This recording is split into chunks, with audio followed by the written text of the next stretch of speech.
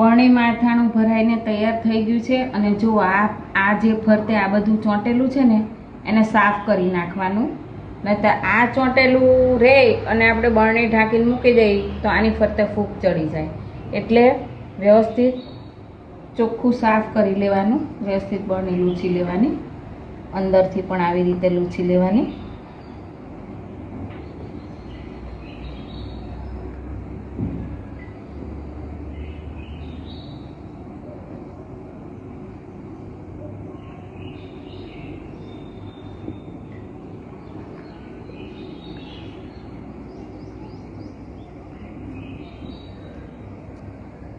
આવી રીતે વ્યવસ્થિત રીતે લૂછી